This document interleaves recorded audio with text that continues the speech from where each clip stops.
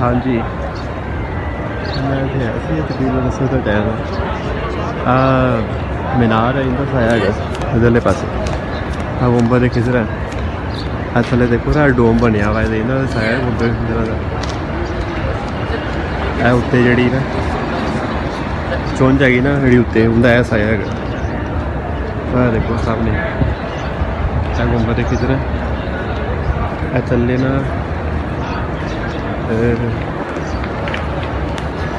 اتوں کا گول سایا شروع ہو رہا اتوں لے کے ایویں گول اتنے چونج آ گئی اتنے چونج تو بعد پھر ہے گول اتنے تک سایا سایا تو ہے نا دیکھو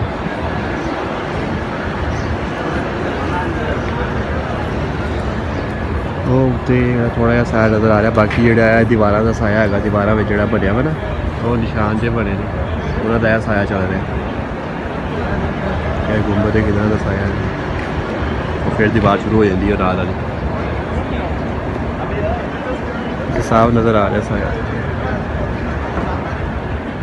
سیدنا صدیق اکبر نے بھی یہی وصیت کی تھی کہ میرا جنازہ پڑھ کے پھر حضور کے سامنے لے جانا اور سلام عرض کرنا، اجازت مل جائے تو قدموں میں دفن کر دینا ورنہ جنت البقیع میں۔ تو حضرت علی المرتضیٰ اور حضرت انس روایت کرتے ہیں کہ ایسا ہی ہوا کہ ہم نے جنازہ اٹھایا، پڑھا اور پھر حضور کے مواجہ انور کے سامنے رکھ دیا۔ اے اللہ کے پیارے محبوب صلی اللہ علیہ وسلم، یہ ابو بکر ہیں، آپ سے اجازت طلب کرتے ہیں، آپ کی قربت میں دفن ہونے کا شوق ہے، ہمیں کیا حکم ہے؟ تو اس وقت حجرہ عائشہ تھا، یہ گنبد خضرا نہیں بنا ہوا تھا، صرف حجرہ تھا اور اس کو تالا لگا تھا، چابی حضرت عائشہ کے پاس ہوا کرتی تھی رضی اللہ تعالی عنہ۔ تو پھر کیا ہوا کہ وہ تالا خود بخود کھلا، پھر کنڈی بھی خود بخود کھلی، اور پھر جو دروازہ تھا وہ خود بخود کھلا، اور اندر سے آواز آئی اوصل الحبیب الی الحبیب لان الحبیب الی الحبیب مشتاق، یار کو یار سے ملا دو، یار تو پہلے یار کا انتظار کر رہا ہے۔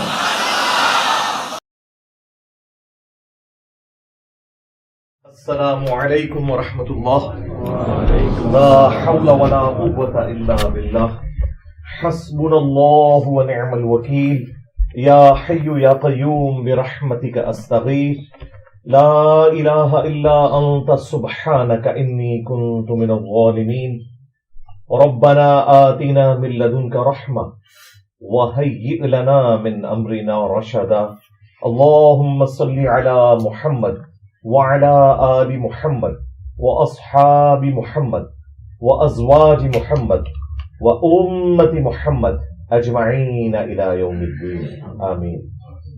الحمد لله رب العالمين والصلاة والسلام على سيد الأنبياء والمرسلين وعلى آله وأصحابه أجمعين إلى يوم الدين۔ الحمدللہ آج 17 دسمبر 2023 کو سنڈے کے دن ہمارا یہ پبلک سیشن نمبر 125 ہوگا۔ آپ کے یہ سوالات ریئل ٹائم پرچیوں کی شکل میں میرے پاس آ چکے ہیں، انشاءاللہ ہم انہیں بعد میں ڈسکس کریں گے۔ پہلے کرنٹ افیئر کے طور پر ایک ایشو ڈسکس کر لیں۔ آج کل مولانا طارق جمیل حافظہ اللہ تعالی کے جو بیٹے حالیہ کچھ عرصہ پہلے فوت ہوئے، ان کے حوالے سے کافی ساری چیزیں مارکیٹ میں چل رہی ہیں، اس کے اوپر میں نے ایک تفصیلی ویڈیو ریکارڈ کروائی تھی۔ اس کے بعد بھی چند ایک چیزوں کا سلسلہ جاری ہے۔ ان میں سے ایک ویڈیو جو کافی وائرل ہوئی وہ ان کے بیٹے کی قبر سے متعلق تھی، جو بظاہر نظر آ رہا ہے کہ اس کو سیمنٹڈ بنایا ہے، انہوں نے پکا کیا ہے قبر کو۔ اس کی وجہ سے جو ان کے مخالفین ہیں ان کو موقع مل گیا بات کرنے کا، اور انہوں نے کہا کہ ہمارے مزارات کی یہ لوگ مخالفت کرتے ہیں اور خود اپنے بچوں کی قبر کو پکا کروا دیتے ہیں۔ دیوبندیوں نے بھی اس کے اوپر کلپس بنائے اور مولانا طارق جمیل صاحب کو کرٹیسائز کیا اس حوالے سے۔ آلموسٹ 3-4 دن پہلے میں نے طارق جمیل صاحب کو اسی حوالے سے فون کیا. میں نے کہا میں نیکسٹ سنڈے کو اس کے اوپر ایک ویڈیو ریکارڈ کروانے لگا ہوں, تو میں چاہ رہا ہوں میں ڈائریکٹلی آپ کا اوپینین بھی لے لوں. تو وہ کہنے لگے کہ میں کل ہی واپس آیا ہوں عمرے سے, اپنے بیٹے کی طرف سے میں نے عمرہ بدل کیا ہے, اور کافی غم کی کیفیت میں تھے, آواز بھی بالکل بیٹھی ہوئی تھی ان کی.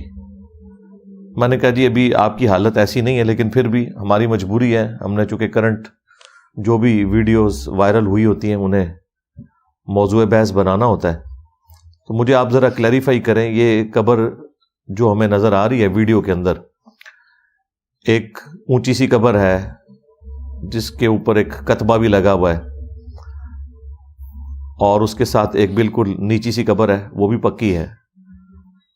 تو دیکھنے میں تو لگ رہا ہے یہ جو نیچے والی قبر ہے یہ تازہ بنی ہے, یہ آپ کے بیٹے کی قبر ہے. تو وہ کہنے لگے کہ ہاں وہ جو کتبے والی قبر ہے وہ ہمارے ریلیٹیوز میں سے ہے کسی کی, اور یہ قبر جو ہے وہ میرے بیٹے کی ہے. تو میں نے کہا یہ آپ نے قبر پکی کروائی ہے؟ تو کہنے لگے میں نے قبر پکی نہیں کروائی, سائیڈ سے اسے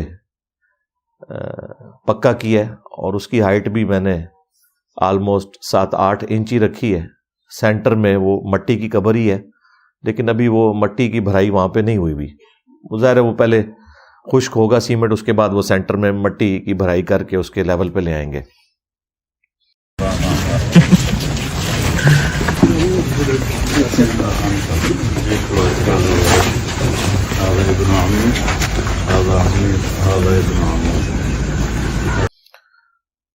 تو وہ کہہ رہے تھے کہ مجھے اپنے بیٹے کے حوالے سے علماء کے طبقے سے کافی تکلیفیں اٹھانی پڑی ہیں.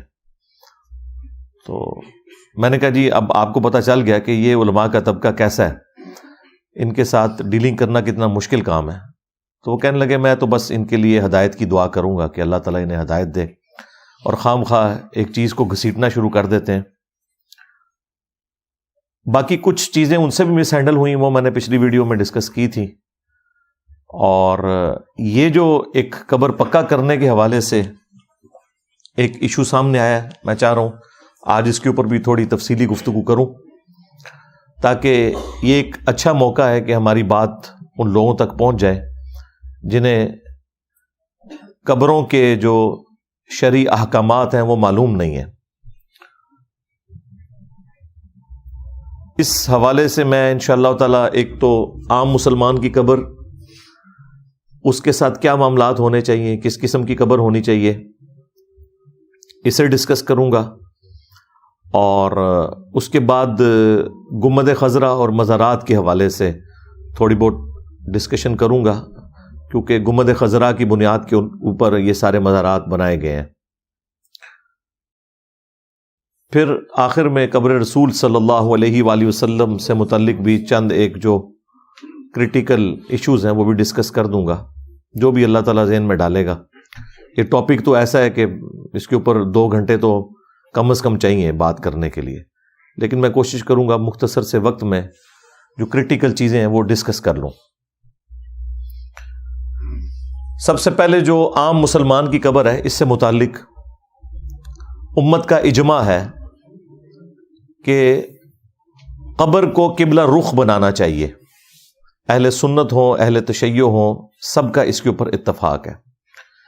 اس کو سپورٹو چند احادیث بھی ہیں, لیکن ان کی صحت میں کلام ہے, لیکن اس سے بڑی دلیل جو ہے وہ امت کا اجماع ہے. المستدرک للحاکم میں یہ حدیث موجود ہے, المعجم الکبیر طبرانی کے اندر بھی موجود ہے, اور سورۃ النساء کی آیت نمبر 115 اس کو سپورٹو ہے. سبیل المؤمنین یعنی جو مومنین کا راستہ ہے, اجماع امت.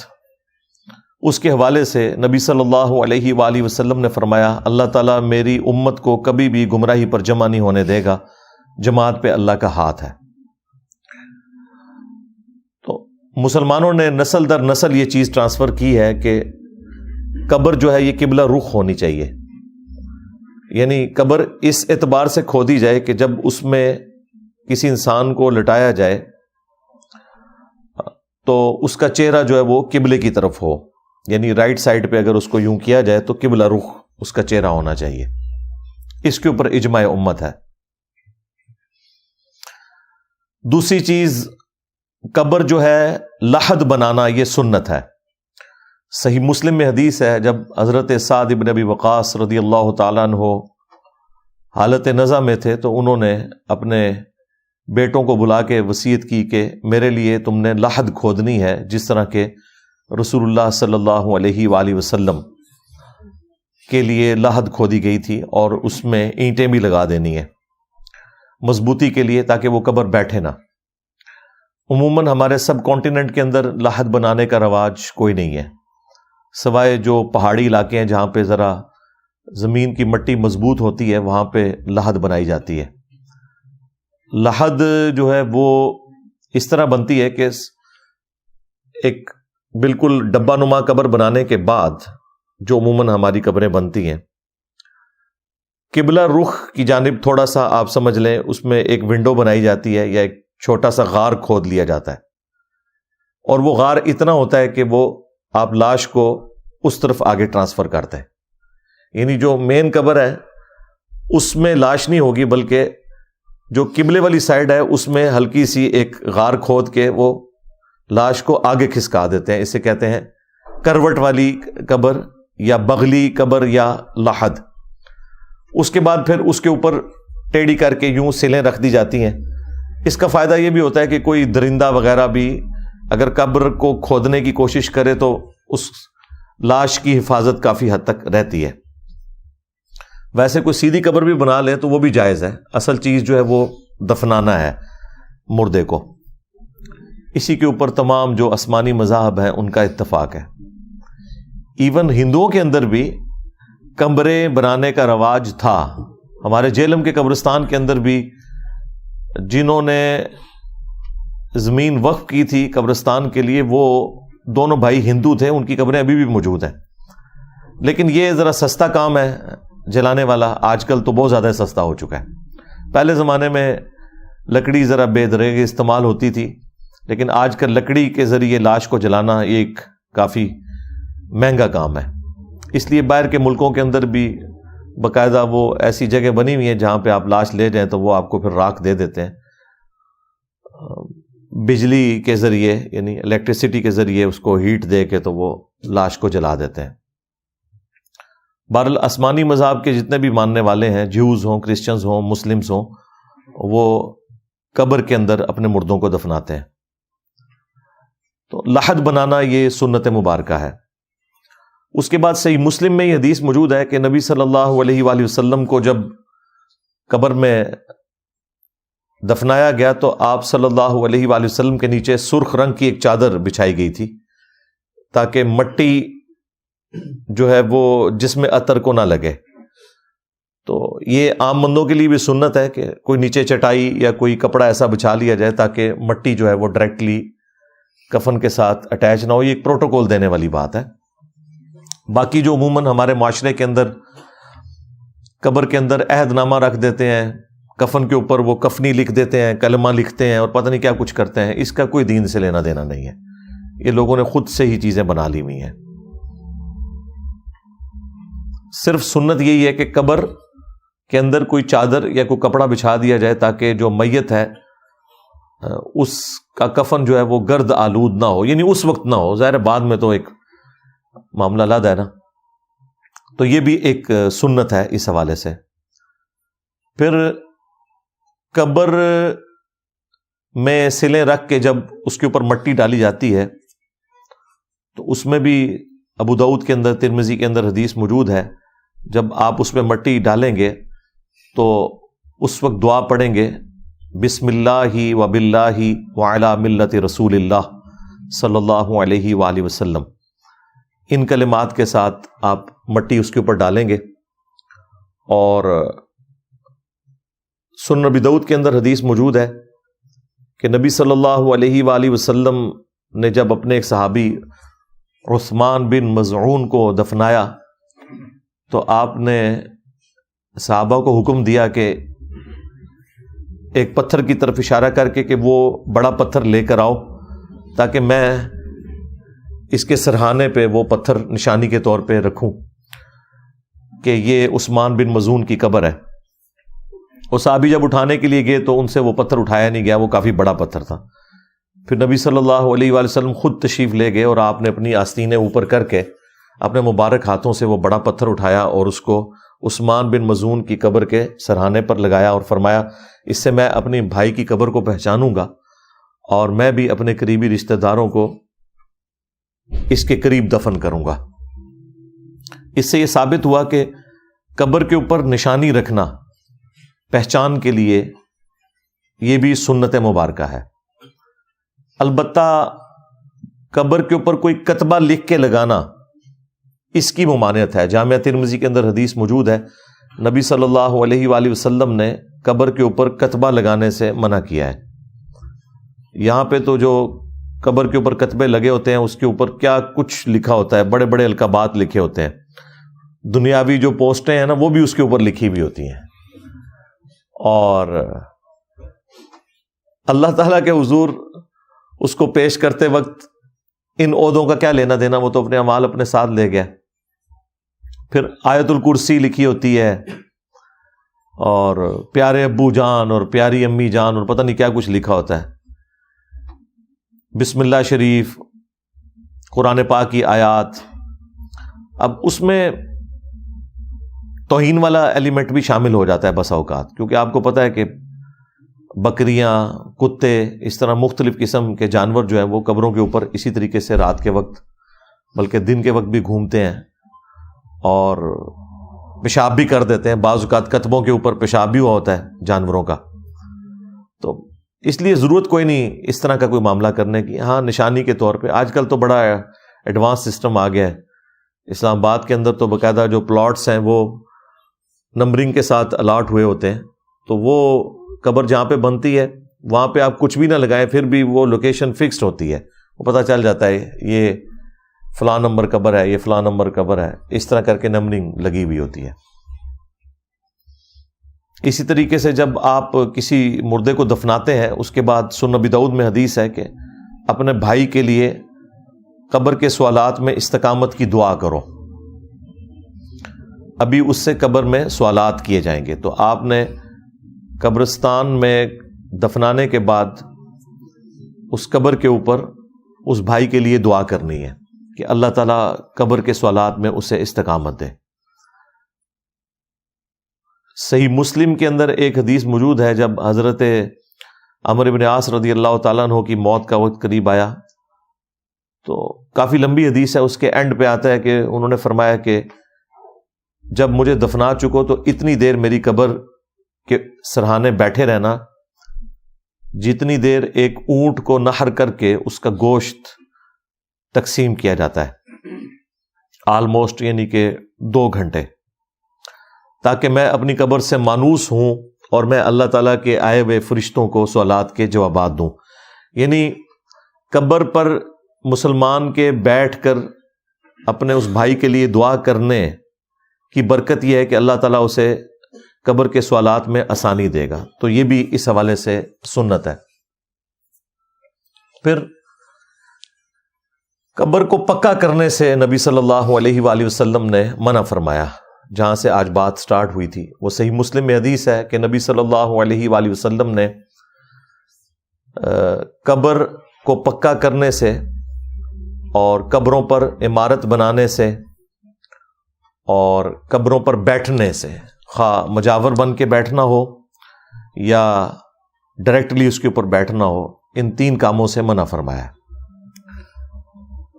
یہ حدیث جامعہ ترمذی میں ہے، اس میں ایک چوتھے کام کا بھی ذکر ہے اور وہ ہے کتبہ لگانے کی بھی ممانعت فرمائی آپ صلی اللہ علیہ وآلہ وسلم نے۔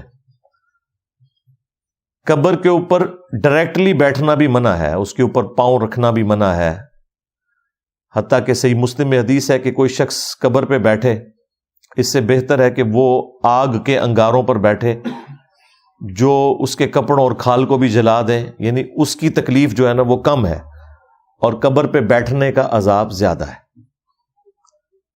اسی طریقے سے نبی صلی اللہ علیہ وآلہ وسلم نے قبر کی رخ نماز پڑھنے سے بھی منع فرمایا ہے۔ صحیح مسلم کے اندر حدیث موجود ہے، نہ تو قبروں پر بیٹھو نہ ان کے رخ نماز پڑھو، یعنی سامنے قبر نہیں ہونی چاہیے۔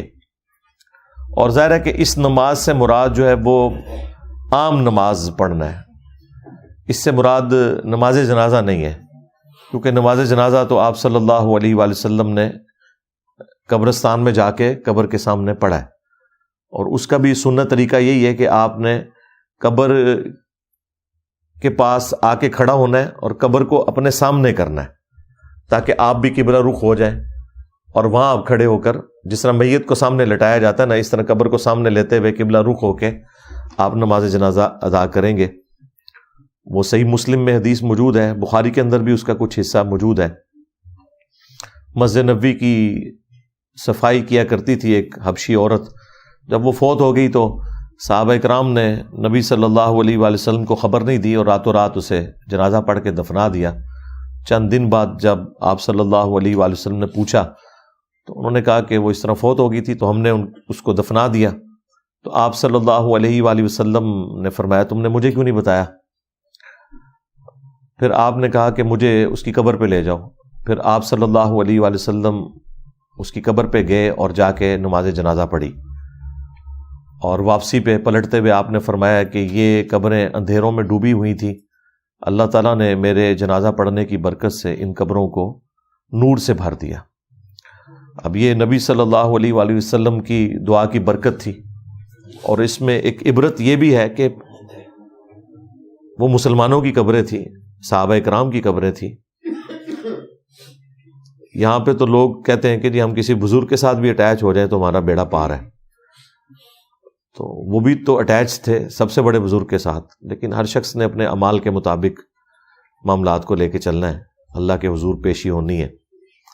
بخاری مسلم میں حدیث ہے کہ آپ صلی اللہ علیہ وآلہ وسلم کا ایک صحابی تھا مدعم، وہ سفر و حضر میں آپ کی سواری کا کجاوا کسا کرتا تھا. خیبر کے موقع پر ایک نامعلوم تیر اسے لگا اور وہ شہید ہو گیا، اور صحابہ نے کہا کہ اسے شہادت مبارک ہو. ظاہر بالکل ٹھیک کہا، لیکن نبی صلی اللہ علیہ وآلہ وسلم نے فرمایا کہ تم اسے شہادت کی خوشخبری دے رہے ہو، جبکہ اللہ نے مجھے دکھایا ہے کہ اس نے مال غنیمت کی ایک چادر چوری کی تھی جو آگ کی بنا کے اس کے اوپر ڈال دی گئی ہے، والعیاذ باللہ تعالی. جب یہ بات سنی تو صحابہ اکرام اپنے گھروں کو پلٹے. اگر کسی نے کوئی رسی کا ایک ٹکڑا بھی یہ سمجھ کے اٹھا لیا تھا کہ اس کی کوئی ورث نہیں مال غنیمت میں، تو وہ سارا سامان لا کے انہوں نے وہاں پہ جمع کروا دیا. یعنی صحابہ کرام علیہم رضوان فوراً حکم سنا کرتے تھے اور آپ صلی اللہ علیہ وآلہ وسلم کی اطاعت اختیار کیا کرتے تھے. تو یہ بڑا سینسٹیو ٹاپک ہے. اللہ تعالیٰ نے کسی کی رشتہ داری کا، کسی کی نسبت کا خیال نہیں رکھنا اگر اپنے اعمال درست نہ ہوئے. ہاں مال درست ہوئے تو پھر نسبت بھی فائدہ دے گی. اس کے بعد ایک اور حدیث ہے بخاری اور مسلم کے اندر. نبی علیہ السلام ایک جگہ سے گزر رہے تھے تو آپ رک گئے. آپ نے فرمایا ان دو قبر والوں کو عذاب ہو رہا ہے. ان میں سے ایک چغلی کھاتا تھا اور دوسرا پیشاب کے چھینٹوں سے نہیں بچتا تھا. پھر آپ صلی اللہ علیہ وآلہ وسلم نے ایک درخت کی ٹہنی توڑ کے اس کے دو حصے کر کے دونوں قبروں پہ لگائے اور فرمایا جب تک یہ ہری رہیں گی تو ان کے عذاب میں تخفیف ہوتی رہے گی. اسی سے بعض لوگوں نے وہ قبروں کے اوپر پھول ڈالنے والا معاملہ نکال لیا. پھول ڈالنا ثابت نہیں ہے. ہاں آپ ٹہنی لگا سکتے ہیں، اور عموماً ٹہنی وغیرہ لگائی بھی جاتی ہے دفناتے وقت قبر کی نشاندہی کے لیے، بس اتنا ثابت ہے. باقی یہ پھولوں کو ضائع کرنا اور اتنی ڈھیریاں اس کے اوپر لگانا، گلدستے پھینکنا، یہ فضول خرچی ہے.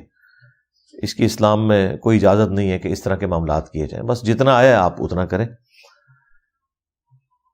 تو قبر کے اوپر صرف ٹہنی، گھاس، اس طرح کی چیزیں جو نیچرل اگنے والی ہیں وہ لگا دینا، یہ بھی اس حوالے سے اصلاً اپنی سنت میں نبی صلی اللہ علیہ وآلہ وسلم نے تعلیم فرما دی ہے. باقی قبر کو اس حوالے سے یعنی پکا کرنا اس کے سائڈ والے حصے کو کہ قبر کی مٹی بہہ نہ جائے، تو یہ بھی جائز ہے. آج بھی آپ بقیع غرقد قبرستان میں جائیں جہاں کسی زمانے میں بہت مزار ہوا کرتے تھے. 1925 میں سعودی حکومت نے مزار گرائے.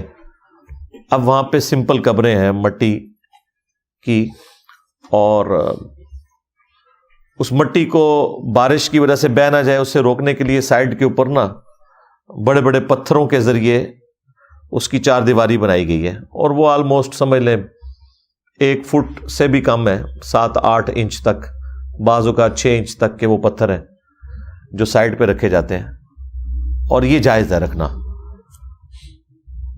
صحیح بخاری کے اندر حدیث موجود ہے، نبی علیہ السلام کی جو قبر مبارک ہے وہ ایک بالشت اونٹ کی کوہان جتنی اونچی ہے، یعنی آلموسٹ 9 انچ، آپ سمجھ لیں 9 سے 10 انچ، اتنی قبر کی مٹی کو اتنا اونچا رکھنا یہ جائز ہے۔ اور ابو داؤد کے اندر حدیث موجود ہے کہ نبی علیہ السلام کی جو قبر مبارک اور حضرت ابو بکر اور عمر رضی اللہ عنہما کی جو قبریں ہیں ان کے اوپر چھوٹے چھوٹے سنگریزے یعنی پتھر رکھے گئے تھے، یعنی وہ مٹی کو نیچے بہنے سے روکنے کے لیے۔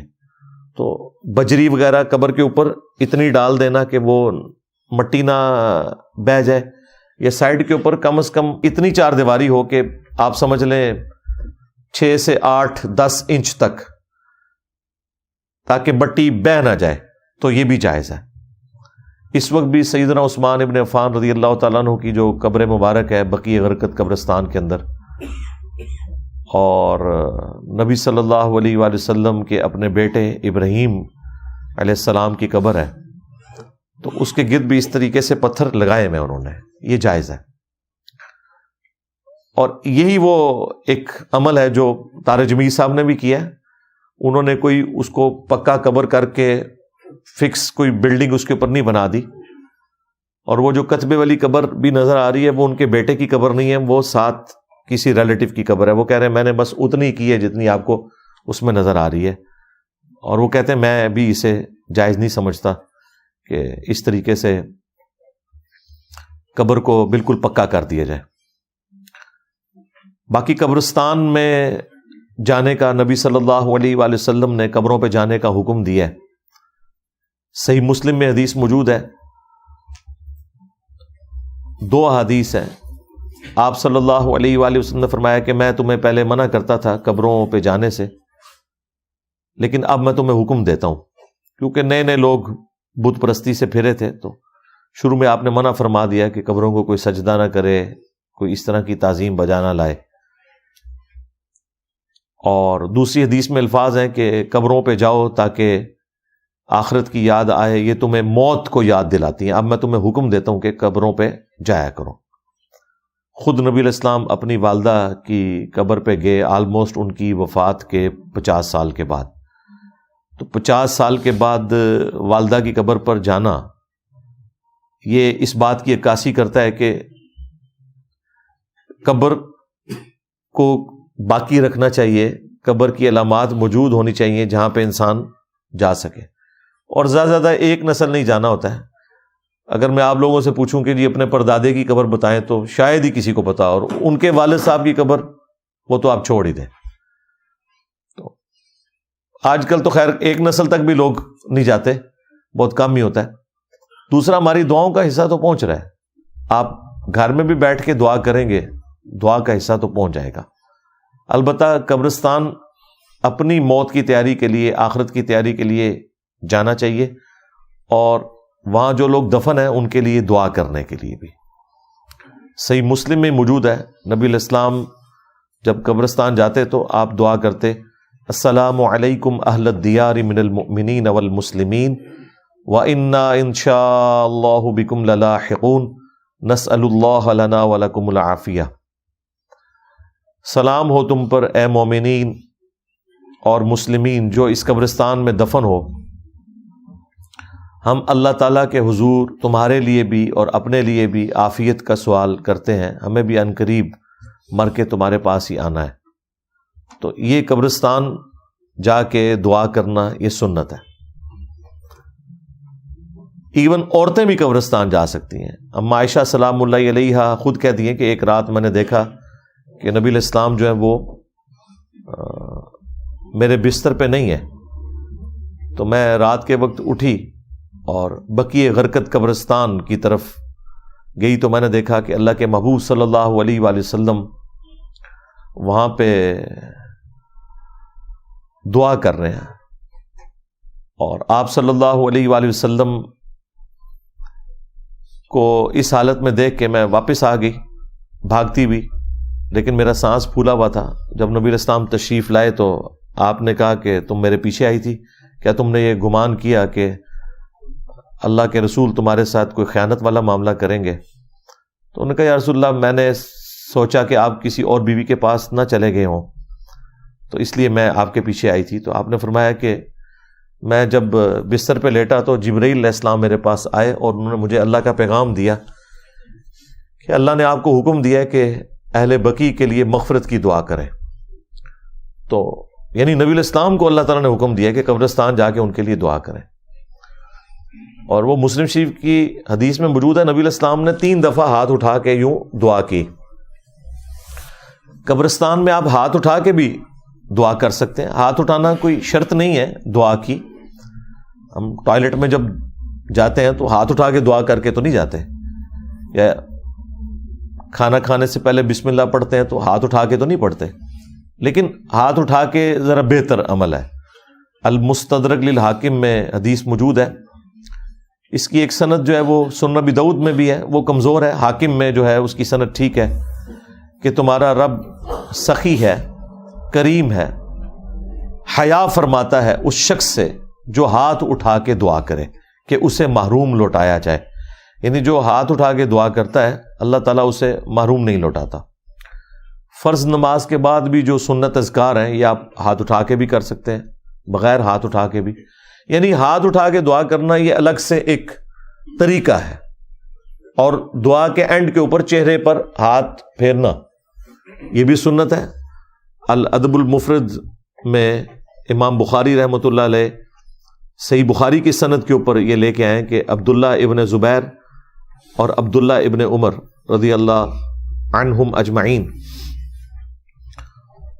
یہ دونوں دعا کرنے کے بعد اپنے چہرے کے اوپر ہاتھ پھیرا کرتے تھے، اور اس سے بڑھ کر یہ ہے کہ اجماع امت ہے، یہ چند ایک عرب علماء نے اس کو خام خواہ بدعت کہنا شروع کر دیا، یہ سنت ہے، اجماع امت ہے، اس پہ کسی کا اختلاف نہیں ہے۔ تو قبرستان میں بھی آپ ہاتھ اٹھا کے دعا کر سکتے ہیں، ایون عورتیں بھی قبرستان جا سکتی ہیں۔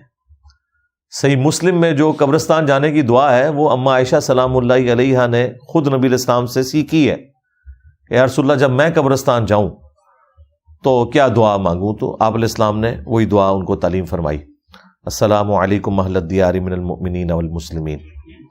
اس سے یہ ثابت ہوتا ہے کہ عورتیں بھی قبرستان جا سکتی ہیں۔ یہ پبلک کے اندر مشہور ہے جی، عورتیں جو ہیں وہ قبرستان جائیں گی تو وہ مردوں کو ننگی نظر آتی ہیں، پتہ نہیں کیا کچھ مشہور کیا ہوا ہے پبلک کے اندر، مردے دیکھ رہے ہوتے ہیں، اور ایسی کوئی بات نہیں ہے۔ عورتوں نے بھی عبرت حاصل کرنی ہے، انہوں نے بھی جانا ہے قبرستان، بلکہ اپنی بیویوں کو لے کے جایا کریں، جب زیادہ تنگ کر رہی ہوں تو قبرستان لے جایا کریں، بڑی عبرت ہوتی ہے، بڑا فائدہ ہوتا ہے اس کا۔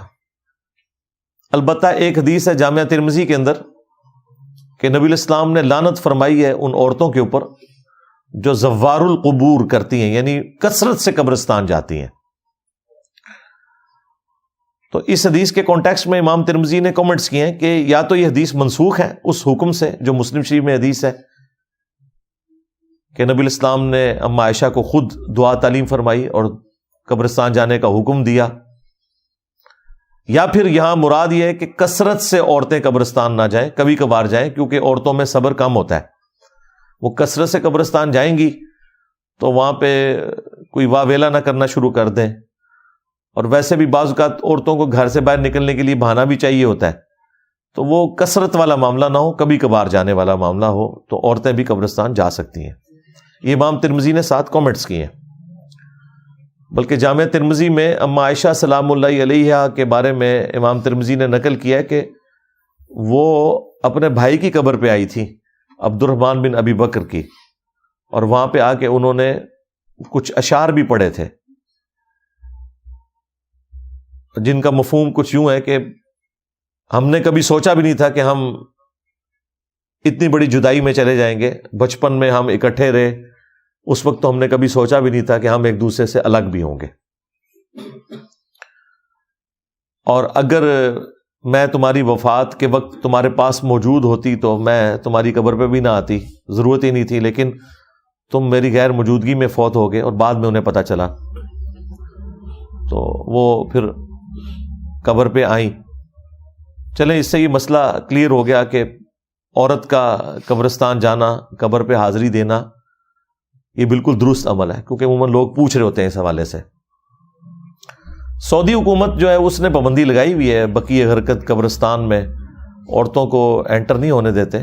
میں نے وہاں بھی جو علماء تھے ان سے بات کی کہ یہ تو آپ لوگ غلط کر رہے ہیں، آپ لوگوں نے یہ جو دعا ادھر لکھ کے لگائی ہوئی ہے قبرستان آنے کی، مسلم شریف کی باقاعدہ صحیح مسلم کا ریفرنس لکھا ہوا ہے، تو یہ تو ام عائشہ سلام اللہ علیہا کو نبی علیہ السلام نے دعا تعلیم فرمائی تھی۔ تو جب انہوں نے خود پوچھا کہ جب میں قبرستان جاؤں تو خیر ان باتوں کا جواب نہیں تھا ان کے پاس، انہیں بھی پتہ ہے، وہ کہتے ہیں ہم نے انتظامی معاملے کے طور پر ایسا کیا ہوا ہے، ہم بھی اسے جائز سمجھتے ہیں، لیکن پریکٹیکلی انہوں نے ایک پابندی تو لگا دی ہوئی ہے۔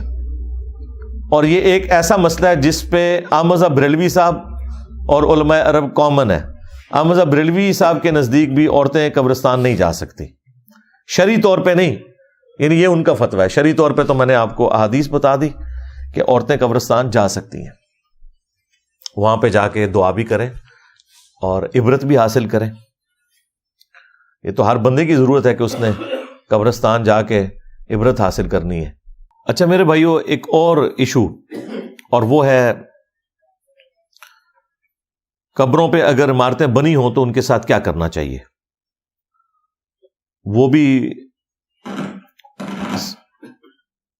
صحیح مسلم کی جو حدیث ہے کہ نبی علیہ السلام نے قبروں پر عمارتیں بنانے سے منع کیا، قبروں کو پکا کرنے سے منع کیا اور ان پہ بیٹھنے سے منع کیا، تو مسلم شریف کے اندر ہی امام مسلم ایک حدیث لے کے آئے ہیں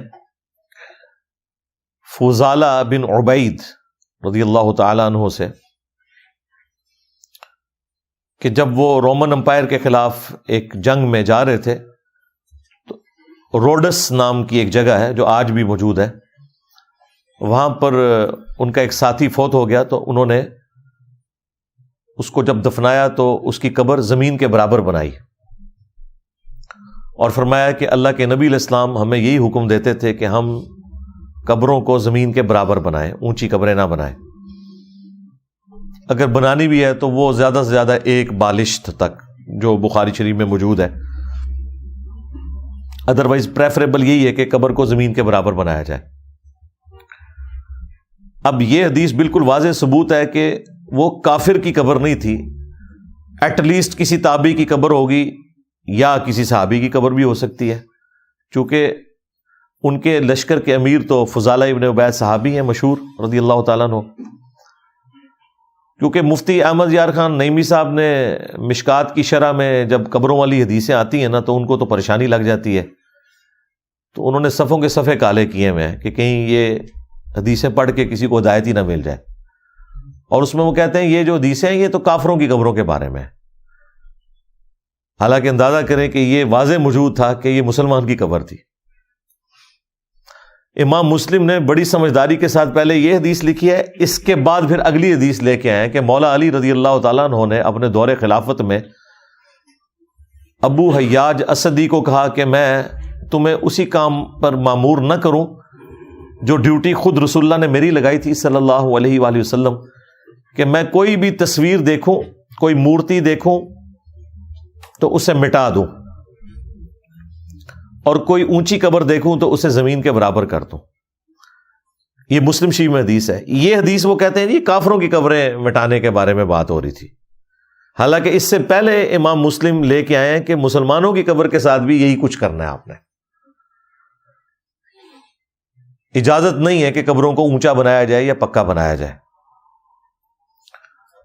اسی کے تحت سعودی حکومت نے 1925 میں وہ مزارات بھی گرائے، جسے یہ کہتے ہیں جی مزارات شہید کر دیے۔ بھائی شہید تو حلال چیز ہوتی ہے، جو کام رسول اللہ کی نافرمانی پر کیا جائے صلی اللہ علیہ وآلہ وسلم حرام کام ہے، وہ مزارات اگر کوئی توڑے تو مزارات شہید نہیں ہوئے ہیں، مزارات قتل کیے گئے ہیں۔ جس طرح میدان جنگ میں کفار قتل کیے جاتے ہیں، تو کہ مزارات شہید نہیں ہوئے، یہ قتل ہوئے ہیں۔ وہ کام جو بعد میں ہوا وہ کہاں سے یہ ورث اختیار کر گیا کہ اسے آپ دین کا حصہ بنا دیں. یہ سلطنت عثمانیہ کی بدعت ہیں. پہلی سب سے بڑی بدعت تو ان کی جو 400 سال تک انہوں نے 1517 سے لے کے 1917 تک، جب تک کہ سلطنت عثمانیہ ختم نہیں ہو گئی، انہوں نے کعبہ شریف کے اندر 4 مسلح ڈال کے امت کی جمعیت کو توڑا. حنفی، شافعی، مالکی، حنبلی. ویسے آپ کو یہ کہانیاں کرواتے ہیں کہ چاروں امام حق پہ ہیں. اگر چاروں امام حق پہ ہیں تو ایک مسلح رکھو اور آلٹرنیٹیولی ایک دفعہ حنفی امام کھڑا کر دو، پھر شافعی، پھر حنبلی. نہیں، چاروں پیرلل میں مسلح ڈالے ہوئے تھے انہوں نے. ایک دوسرے کے پیچھے نماز پڑھنے کے بھی قائل نہیں تھے. یہ تو سعودی حکومت نے آ کے، اللہ ان کا بھلا کرے، کہ یہ مسلح اٹھائے ہیں، اور بدبختی دیکھیں ان میں سے کسی کا مسلح بھی مقام ابراہیم پہ نہیں تھا. اور قرآن میں حکم ہے وَاتَّخِذُوا مِن مَقَامِ إِبْرَاهِيمَ مُصَلًّى. اب امام کعبہ کو انہوں نے مقام ابراہیم پہ کھڑا کیا. اور میرا خیال ہے اسی لیے نہیں تھا کہ وہ چاروں پھر ضد کرتے ہوں گے کہ ہم نے ابراہیم علیہ السلام کے مقام پہ کھڑا. انہوں نے کہا جی چلو چون ہی محروم کر دینے. تو ایک یہ بڑی بدعت تھی ان کی. 1955 میں آ کے انہوں نے وہ بلڈنگز توڑی ہیں. مسلح تو 1925 میں اٹھوا دیے تھے، لیکن ابھی بھی کلرڈ تصویریں موجود ہیں. وہ 4 مسلوں کے جو چھوٹے چھوٹے انہوں نے امام مساجد کے وہ بنے ہوئے تھے نا حجرے، اس کی کلرڈ تصویریں موجود ہیں. اور انشاءاللہ اب یہ مسلح واپس نہیں آئیں گے، کیونکہ حنفی 2 ہو گئے ہیں، بریلوی اور دیوبندی. یہی آپس میں لڑتے پھرتے رہیں گے. دوسری بڑی بدعت انہوں نے جو مزارات بنوائے ہوئے تھے، جو مزار سلطنت عثمانیہ بنائے نبی اسلام کی وفات کے آلموسٹ 700-800 سال کے بعد، وہ سنت کب سے ہو گئے کہ اس کی بنیاد کے اوپر جو کوئی اسے گرائے اس کو آپ مطعون کرنا شروع کر دیں. اپنی عقل سے کام لینا چاہیے. تو یہ مزارات خود ہی غلط ہے. وہ کہتے ہیں جی انہوں نے قبریں ختم کر دی. قبریں نہیں ختم کی، قبریں آج بھی موجود ہیں، باقاعدہ نقشے موجود ہیں. حضرت عثمان غنی رضی اللہ تعالیٰ عنہ کی قبر پہ آپ نے جانا ہے، بالکل اس کی لوکیشن موجود ہے. امام مالک کی قبر موجود ہے، امام نافع کی، عبداللہ ابن عمر کی، حضرت ابراہیم جو نبی الاسلام کے بیٹے تھے ان کی قبر، اور نبی الاسلام کی ازواج مطہرات کی قبریں، سیدہ عائشہ کی، باقی امہات المومنین کی قبریں، پھر اہل البیت کی قبریں، حضرت عباس کی قبر نبی الاسلام کے جو چچا تھے، اور ان کے ساتھ حضرت سیدہ فاطمہ، اور پھر امام حسن علیہ السلام، اور امام سجاد، امام زین العابدین، اور ان کے بیٹے امام باقر، اور ان کے بیٹے امام جعفر صادق. یہ ساری قبریں ہیں جو اہل البیت کی، وہ ایک بڑے قبے کے نیچے تھیں. وہ قبہ بھی پھر سعودی حکومت نے گرا دیا، لیکن قبریں آج بھی موجود ہیں. یہ نہیں ہے کہ قبریں انہوں نے کوئی مسمار کر دی ہیں ان کو، یا بالکل ان کو مٹا کے ان کے نشانات رکھ دیے. ایسا نہیں ہوا. قبریں ہیں، نشانیاں موجود ہیں، لوگ جاتے ہیں وہاں پہ. میری خود کئی دفعہ حاضری ہوئی ہے. لیکن مزارات انہوں نے گرا دیے. پوری دنیا کے اندر جو مزارات ہیں نا، وہ قرآن و حدیث کی روشنی میں نہیں بنے ہوئے، سلطنت عثمانیہ کے بنائے گئے مزارات کی روشنی میں بنے ہوئے ہیں. اور اس میں بھی ٹاپ آف لسٹ جو ہے وہ گنبد خضرا کو دلیل بناتے ہیں. آپ لاکھ چیختے رہے ان کے سامنے کہ صحیح مسلم میں حدیث ہے، نبی الاسلام نے فرمایا کہ میں تمہیں منع کرتا ہوں قبروں کو پکا کرنے سے، قبروں پر عمارت بنانے سے، یا قبروں پر بیٹھنے سے. ڈائریکٹ بیٹھنا بھی منع ہے اور مجاور بن کے بھی بیٹھنا منع ہے. وہ کہتے ہیں پھر گنبد خضرا کیوں ہے؟ تو ان لوگوں کا علمی لیول یہ ہے کہ انہیں گنبد خضرا کی تاریخ بھی نہیں پتا ہے، کہ گنبد خضرا کا کوئی لینا دینا ہی نہیں ہے نبی صلی اللہ علیہ وآلہ وسلم یا ان کے صحابہ اور تابعین کے ساتھ. گنبد خضرا 678 ہجری میں، یعنی نبی الاسلام کی وفات کے آلموسٹ 650 سال کے بعد، پہلے 650 سال کے مسلمانوں نے یہ گستاخی کی جرت نہیں کی. انہیں پتا تھا کہ نبی الاسلام نے قبر پر عمارت بنانے سے منع کیا. 678 ہجری میں ایوبی ڈائنیسٹی کا جو ایک بادشاہ تھا، مملوک سلطنت کا، امپائر کا، ملک المنصور قلاوون، اس نے یہ کوئی منت مانی بھی تھی، اس نے لکڑی کا گنبد لا کے تو قبر رسول کے اوپر رکھ دیا. اچھا بعض لوگ یہ کہتے ہیں کہ یہ انجینئر صاحب کہتے ہیں جی گنبد خضرا جو ہے نا اسے گرا دیا جائے. میں تو نہیں کہتا, میں کہتا ہوں گنبد خضرا کو اتار لیا جائے. گرانے والی کون سی بات ہے؟ یعنی جان بوجھ کے لوگوں کے جذبات کے ساتھ کھیلنا. بھئی حجرہ عائشہ تو موجود تھا 650 سال سے, یہ تو ایک ایکسٹرا کام کیا اوپر لا کے گنبد رکھ دیا. مثلا یہ میرا ٹیبل ہے, اس کے اوپر لا کے کوئی ایک لکڑی کا ایک چھوٹا سا گنبد بنا کے رکھ دے, اس کو ہٹا دیا جائے. وہ حجرہ عائشہ تو اس کی چھت تو اپنی جگہ موجود ہے صدیوں سے, اور وہ نبی الاسلام کا پروٹوکول ہے. جامعہ ترمذی میں حدیث ہے, نبی الاسلام جب فوت ہوئے تو حضرت ابوبکر نے کہا کہ میں نے خود رسول اللہ سے یہ بات سنی تھی صلی اللہ علیہ وآلہ وسلم کہ اللہ تعالیٰ نبی کی روح وہاں پہ ہی قبض کرتا ہے جو اس کے لیے دفن ہونے کے لیے جگہ پسند فرماتا ہے. لہذا نبی الاسلام کو وہیں پر دفن کرو جس چارپائی کے اوپر آپ کی روح قبض ہوئی ہے, اس کے نیچے ہی رسول اللہ کی قبر کھودو. اس وجہ سے حجرہ عائشہ میں وہ قبر رسول بنی ہوئی ہے. یہ نہیں ہے کہ نبی الاسلام کی قبر مبارک کے اوپر کوئی مزار کسی نے بنا دیا تھا, مزار نہیں بنا ہوا تھا. اور یہ جو گنبد ہے 678 ہجری میں رکھا گیا.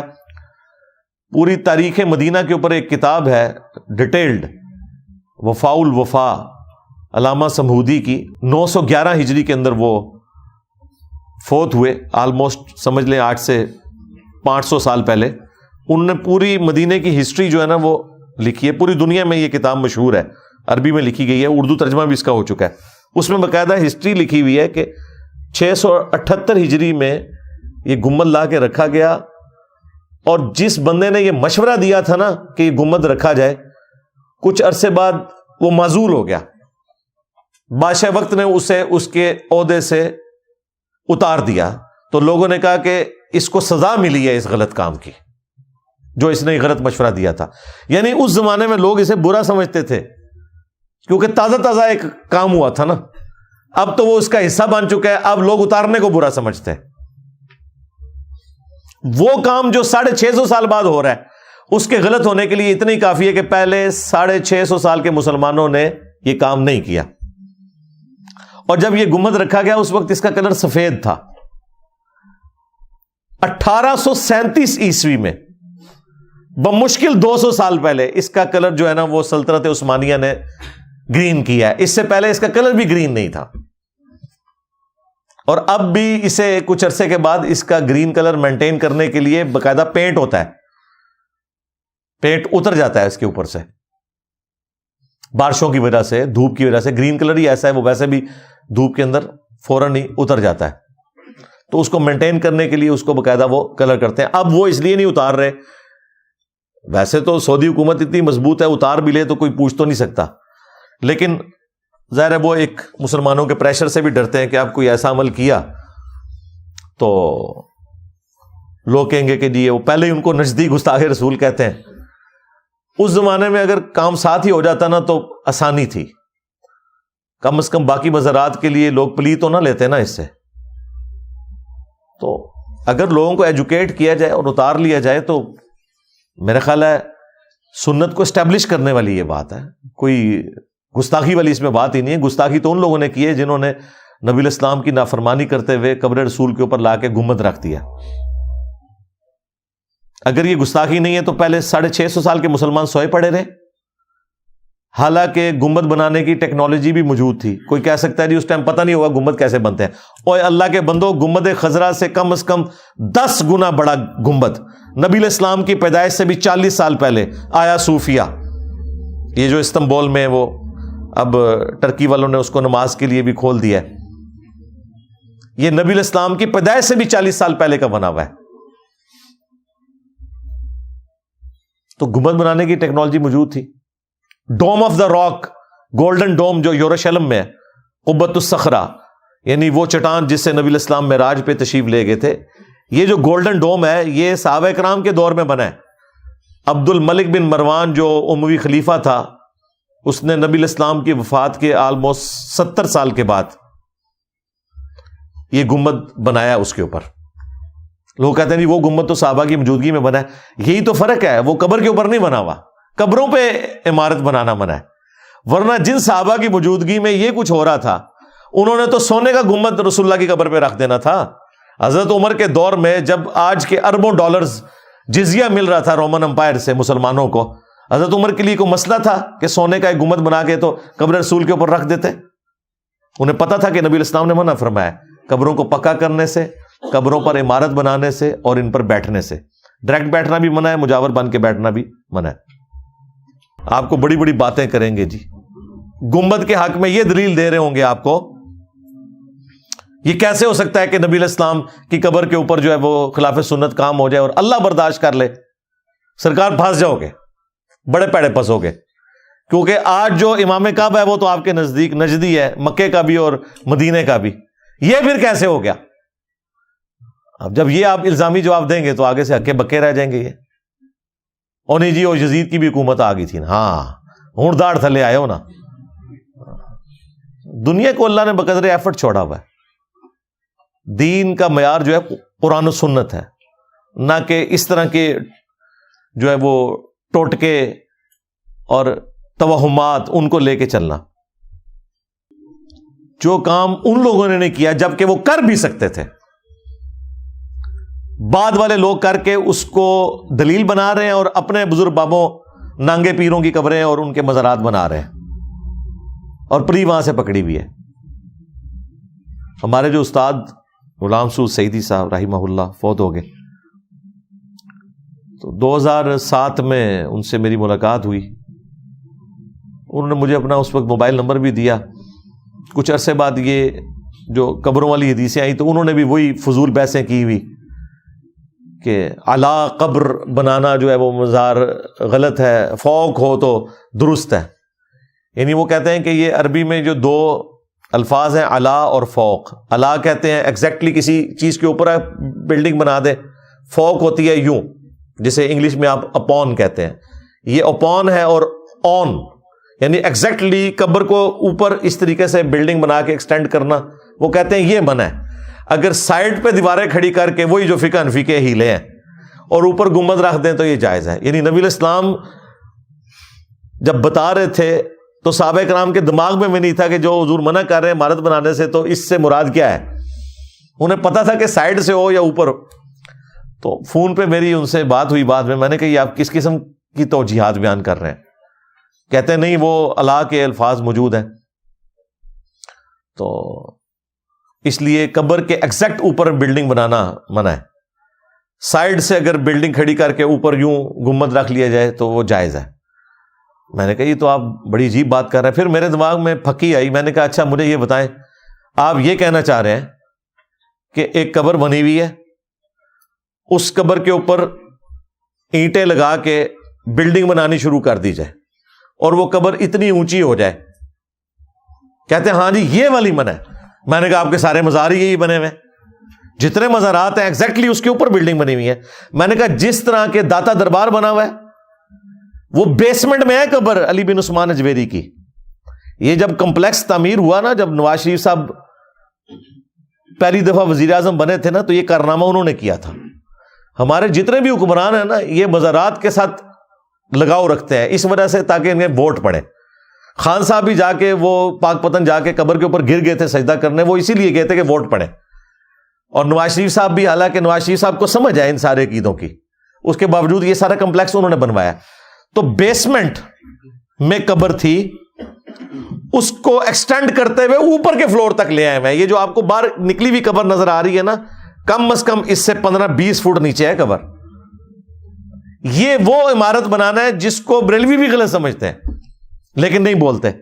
میں نے کہا جی یہ جو بنی ہوئی ہے, کہتے ہیں جی اس پہ میں نہیں بات کروں گا. میں نے کہا بات کریں آپ, میں آپ کی فون بھی نہیں کال ریکارڈ کر رہا کہ میں نے کہیں چڑھا دینی ہے, لیکن کم از کم آپ مانے تو صحیح نا. کہتے نہیں بس میں نے مسئلہ آپ کو بتانا تھا, بتا دیا. تو یہ خام خواہ بیچ میں سے نا انہوں نے پخیں نکالی ہوئی ہیں, حالانکہ بتانے والے کا نہ وہ مطلب ہوتا ہے, نہ صحابہ کرام جو سن رہے تھے انہوں نے وہ مطلب نکالا جو بعد کے لوگوں نے نکالنا شروع کر دیا. پھر عجیب قسم کی متھ اور عقیدے انہوں نے وابستہ کر دیے. جی گنبد خضرا کا سایہ ہی نہیں ہے. اللہ بھلا کرے اس میڈیا کا اور یہ اجمیر شریف والوں نے جو کیمرے بنا دیے، بغداد شریف والوں نے یوٹیوب بنا دی، ورنہ تو آج کے لوگوں کو تو پتہ ہی نہیں چلتا. ہمارے ایک اسٹوڈنٹ نے باقاعدہ ریئل ٹائم وہاں گنبد خضرا کی سائے کی ویڈیو بنا کے بھیج دی. وہ ہم نے کئی ایک ویڈیوز میں اسے ڈسپلے بھی کروایا. ہاں جی، میں تقریباً اس کا ٹائم مینار ہے اندر سایہ ہے ادھرلے پاسے. ہاں گنبد خضرا تھلے دیکھو نا ڈوم بنیا ہوا ہے یہاں کا سایہ گنبد خضرا کا. ਇਹ ਉੱਤੇ ਜਿਹੜੀ ਨਾ ਚੁੰਝ ਹੈਗੀ ਨਾ ਜਿਹੜੀ ਉੱਤੇ ਉਹਦਾ ਇਹ ਸਾਇਆ ਹੈਗਾ. ਆਹ ਦੇਖੋ ਸਾਹਮਣੇ ਇਹ ਗੁੰਬਦ ਖਿਜ਼ਰਾ, ਇਹ ਥੱਲੇ ਨਾ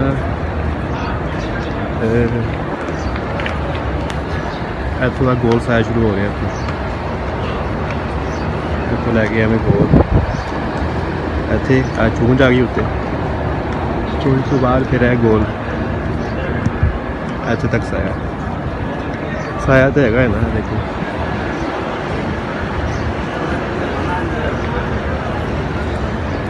وہ تھوڑا جہا سایہ نظر آ رہا. باقی جہاں ہے دیواروں کا سایہ ہے، دیواروں میں جہاں بنیا ہوا نا وہ نشان جہ بنے نے انہوں کا یہ سایہ چل رہا ہے. گنبد خضرا کا سایہ ہے، پھر دیوار شروع ہو جاتی ہے رات والی.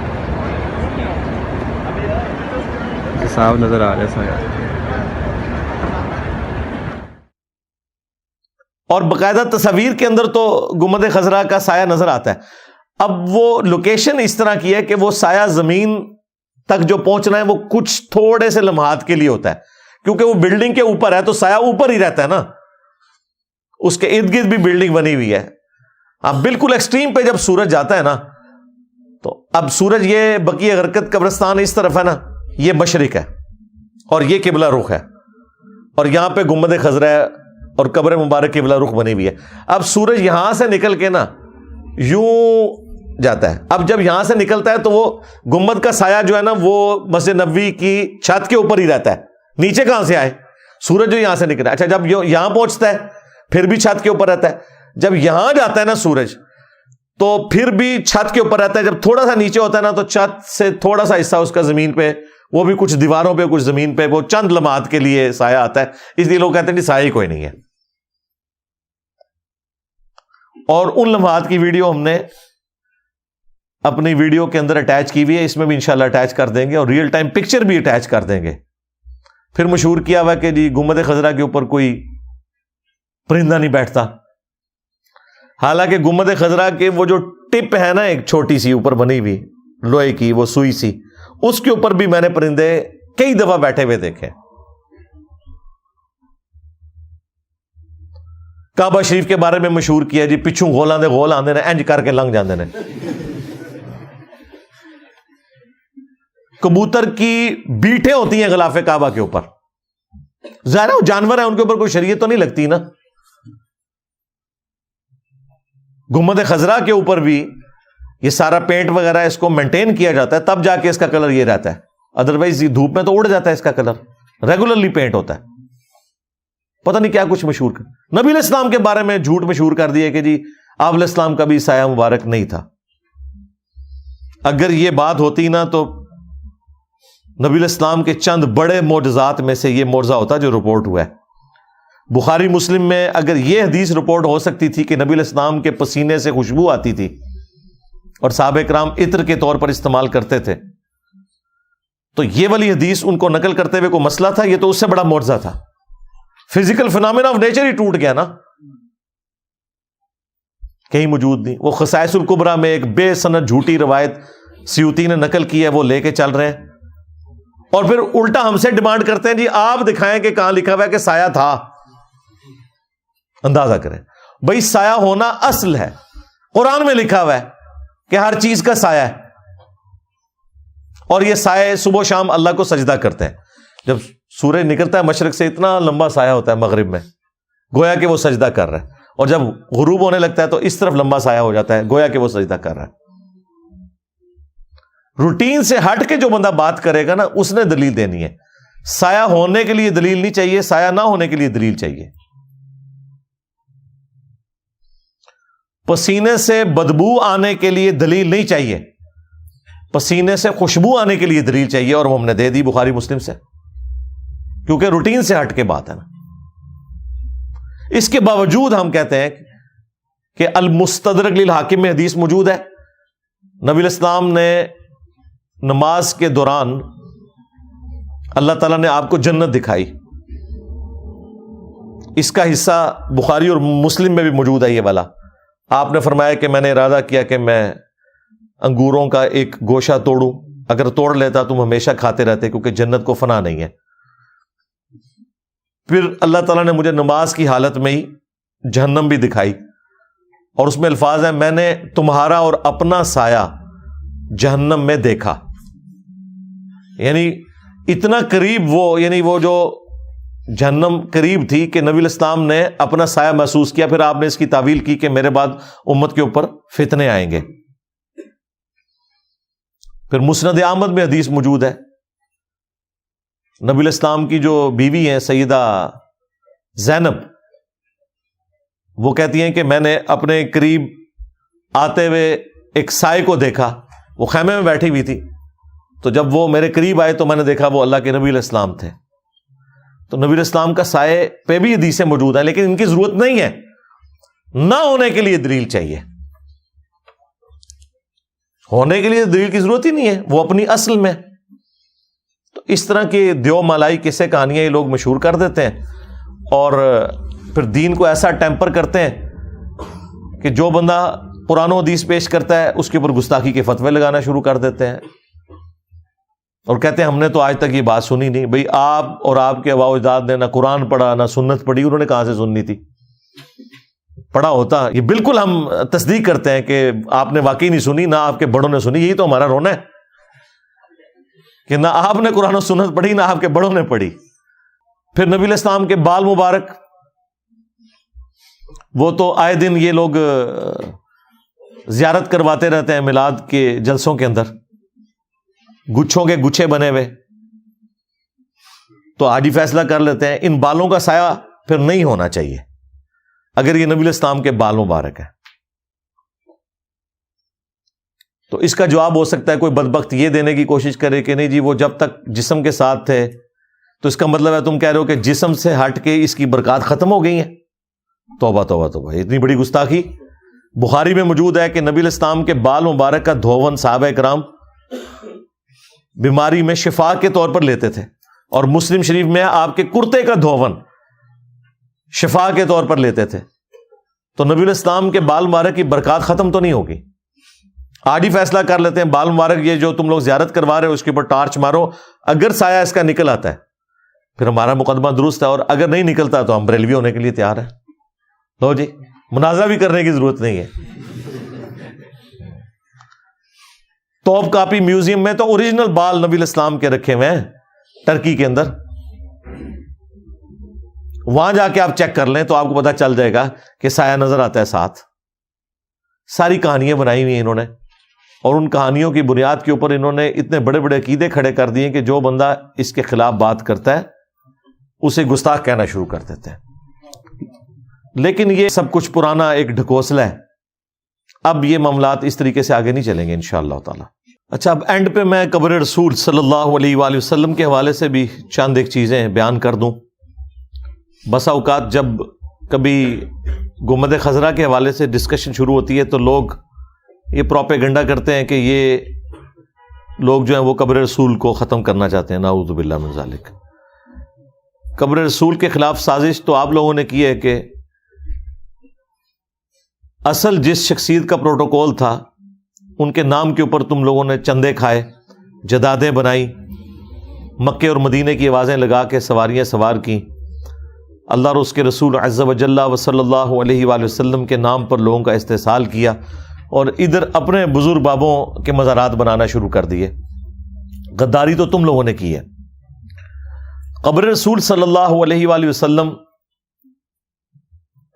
کی حاضری اس پلانٹ ارتھ پہ نفلی عبادات میں افضل ترین عبادت ہے، اس میں کوئی شک نہیں ہے۔ آپ صلی اللہ علیہ وآلہ وسلم کی قبر مبارک اس دنیا کا حصہ نہیں ہے، وہ جنت کا ٹکڑا ہے۔ بخاری اور مسلم دونوں میں حدیث ہے کہ میرے گھر سے لے کر میرے ممبر تک ریاض الجنہ ہے، جنت کے ٹکڑوں میں سے ایک ٹکڑا ہے.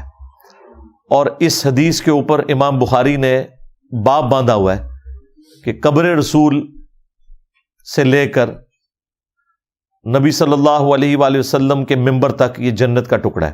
حالانکہ حدیث میں الفاظ تھے میرے گھر سے میرا ممبر، لیکن امام بخاری نے باب باندھا قبر رسول سے لے کر ممبر رسول، کیونکہ پریکٹیکلی آج اس گھر میں نبی الاسلام کی قبر مبارک ہے، وہ جنت کے ٹکڑے میں. یہی وجہ ہے کہ صحیح بخاری میں آتا ہے سیدنا عمر کو جب زخم لگا اور ان کا معدہ کٹ گیا، جب انہیں یہ امید ہوئی کہ اب میں زندہ نہیں بچوں گا اس زخم سے، تو انہوں نے عبداللہ بن عمر کو بھیجا سیدہ عائشہ کے پاس اور کہا کہ سیدہ عائشہ سے کہنا کہ عمر بن خطاب عرض کرتا ہے کہ میں اپنے 2 ساتھیوں کے ساتھ دفن ہونا چاہتا ہوں، یعنی روضہ شریف میں. چونکہ وہ حجرہ عائشہ کا حصہ تھا وہ ایک کمرہ، تو اس لیے اما عائشہ کی اجازت ضروری تھی. تو عبداللہ بن عمر کو حضرت عمر نے کہا تم نے امیر المومنین نہیں کہنا، عمر بن خطاب کہنا ہے.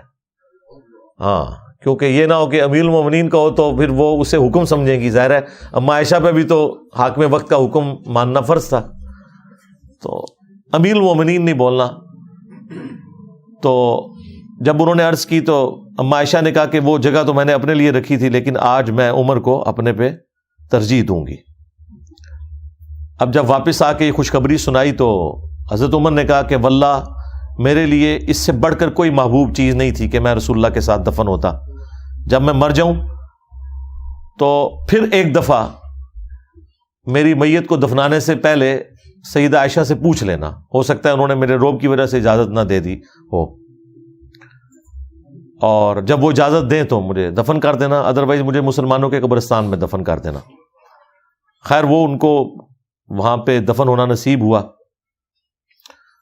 یہاں پبلک میں انہوں نے مشہور کیا ہوا ہے کہ وہ حضرت ابوبکر کی جب دفن ہونے کی باری آئی تو وہ میت کو سامنے رکھا گیا تو خود بخود کنڈی کھل گئی اور اندر سے آواز آئی کہ حبیب کو حبیب سے ملا دو. سیدنا صدیق اکبر نے بھی یہی وصیت کی تھی کہ میرا جنازہ پڑھ کے پھر حضور کے سامنے لے جانا اور سلام عرض کرنا، اجازت مل جائے تو قدموں میں دفن کر دینا ورنہ جنت البقیع میں. تو حضرت علی المرتضیٰ اور حضرت انس روایت کرتے ہیں کہ ایسا ہی ہوا کہ ہم نے جنازہ اٹھایا، پڑھا اور پھر حضور کے مواجہ انور کے سامنے رکھ دیا. اے اللہ کے پیارے محبوب صلی اللہ علیہ وسلم، یہ ابو بکر ہیں، آپ سے اجازت طلب کرتے ہیں، آپ کی قربت میں دفن ہونے کا شوق ہے، ہمیں کیا حکم ہے؟ تو اس وقت حجرہ عائشہ تھا، یہ گنبد خضرا نہیں بنا ہوا تھا، صرف حجرہ تھا اور اس کو تالا لگا تھا. چابی حضرت عائشہ کے پاس ہوا کرتی تھی رضی اللہ تعالی عنہ. تو پھر کیا ہوا کہ وہ تالا خود بخود کھلا، پھر کنڈی بھی خود بخود کھلی، اور پھر جو دروازہ تھا وہ خود بخود کھلا اور اندر سے آواز آئی اوصل الحبیب الی الحبیب لان الحبیب الی الحبیب مشتاق. یار کو یار سے ملا دو، یار تو پہلے یار کا انتظار کر رہا ہے. دیکھیں کتنا بڑا جھوٹ بولتے ہیں یہ لوگ. مطلب یہاں پہ تو حضرت عمر کو بھی چاہیے تھا کہ وہ یہی کہتے کہ میری لاش کو بھی جا کے رکھ دینا روضہ شریف کے سامنے، خود اندر سے آواز آئے گی. جبکہ ابو بکر کے لیے آئی ہے تو میرے لیے بھی آئے گی، میں بھی تو اللہ کے نبی کا ساتھی ہوں. بخاری مسلم میں نہیں آتا مولا علی کا جو خطبہ ہے سیدنا عمر کی میت پہ کہ میں نے بارہا سنا تھا، میں ابو بکر اور عمر داخل ہوئے، میں ابو بکر اور عمر نکلے، تو میں اکثر ابو بکر کے ساتھ آپ کا نام سنتا تھا، رسول اللہ صلی اللہ علیہ وآلہ وسلم لیا کرتے تھے، تو مجھے امید تھی کہ تم اپنے 2 ساتھیوں کے ساتھ جا ملو گے. تو اس میں بھی ابو بکر اور عمر اکٹھا ذکر ہے. لیکن یہ ہے بخاری شریف، وہ ہے کہانی شریف، یہ فرق ہے. بخاری شریف میں یہ ہے کہ حضرت عائشہ سے اجازت لی، کہانی شریف میں یہ ہے کہ کنڈی خود کھل گئی. ٹھیک ہے، کہتے تالا بھی کھل گیا. تالا تو ہوتا ہی نہیں تھا ادھر، بھائی تالا کہاں سے آیا؟ وہ تو حضرت عائشہ کے حجرے کا ایک کمرہ تھا، اس میں تالا تو ہے ہی کوئی نہیں تھا. اپنی طرف سے جھوٹ مشہور کر دیا انہوں نے. صحیح بخاری میں حدیث ہے کہ حضرت عمر فاروق رضی اللہ تعالیٰ عنہ یہ دعا مانگا کرتے تھے، اللہم ارزقنی شہادۃ فی سبیلک وَاجْعَلْ مَوْتِي فِي بَلَدِ رَسُولِكَ صلی اللہ علیہ وآلہ وسلم، اے اللہ مجھے اپنے راستے میں شہادت کی موت دینا اور رسول اللہ کے شہر میں موت دینا۔ اللہ تعالیٰ نے دونوں دعائیں ان کے حق میں قبول کی۔ نبی صلی اللہ علیہ وآلہ وسلم کے شہر میں موت آئی اور دفن بھی ہوئے روضہ شریف میں نبی علیہ السلام کے ساتھ، اور شہادت کی موت بھی ملی۔ یہ صحیح بخاری میں دعا ہے، یہ آپ لوگوں کو بھی مانگنی چاہیے، اپنی دعاؤں میں اسے شامل کریں۔ مسلم شریف میں حدیث ہے، جو مدینے کے مصائب پر صبر کرے یہاں تک کہ اسے موت آئے تو قیامت کے دن میں اس کا شفیع بنوں گا۔ اور جامع ترمذی میں حدیث ہے کہ ہو سکے تو مدینے میں مرو، جو مدینے میں مرے گا میں اس کی شفاعت کروں گا۔ تو یعنی اسی لیے کئی صحابہ، تابعین اور محدثین مدینہ شریف چھوڑ کے باہر نہیں جاتے تھے تاکہ انہیں مدینے میں موت آئے۔ نبی علیہ السلام کی طرف سے اسپیشلی ایک پروٹوکول والی چیز ہے یہ، لیکن یہ اسی صورت میں ہے کہ جب وہ بزرگ اور بابا آپ کے فرقے کا ہو۔ ہاں، کیونکہ شیخ زکریا کاندلوی جنہوں نے فضائل اعمال لکھی ہے وہ بھی بقیہ غرقت قبرستان میں دفن ہے مدینہ شریف میں، کسی بریلوی سے منوا کے بتائیں، وہ کہیں گے مردود ہے۔ اور الیاس قادری صاحب کے جو پیر ہیں ضیاء الدین مدنی، وہ بھی بقیہ غرقت قبرستان میں دفن ہے۔ اب کسی سے منوا کے بتائیں، تو یہ اپنے بزرگوں کو سمجھتے ہیں، ویسے ہی آپ کو نسبتوں کی دھونسے لگوائیں گے۔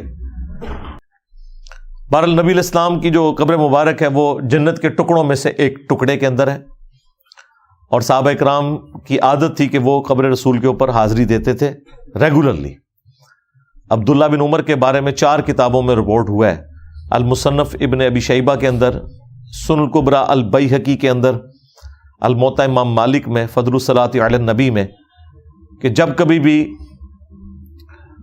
عبداللہ بن عمر سفر پر جاتے یا سفر سے واپس آتے تو پہلے مسجد نبوی میں 2 نفل پڑھتے، اور اس کے بعد پھر قبر رسول پر حاضر ہو کر عرض کرتے السلام علیکہ یا رسول اللہ، السلام علیکہ یا ابا بکر، السلام علیکہ یا عمر۔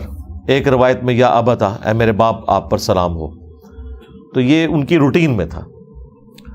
مدینہ شریف میں جو لوگ رہتے ہیں یا حج اور عمرے کے لیے جب جاتے ہیں تو ہو سکے تو ہر نماز کے ساتھ قبر رسول پر حاضری دیں، اور قبر رسول جو ہے وہ صلی اللہ علیہ وآلہ وسلم دعاؤں کی قبولیت کی جگہ ہے، دعا اللہ سے ہی آپ نے کرنی ہے۔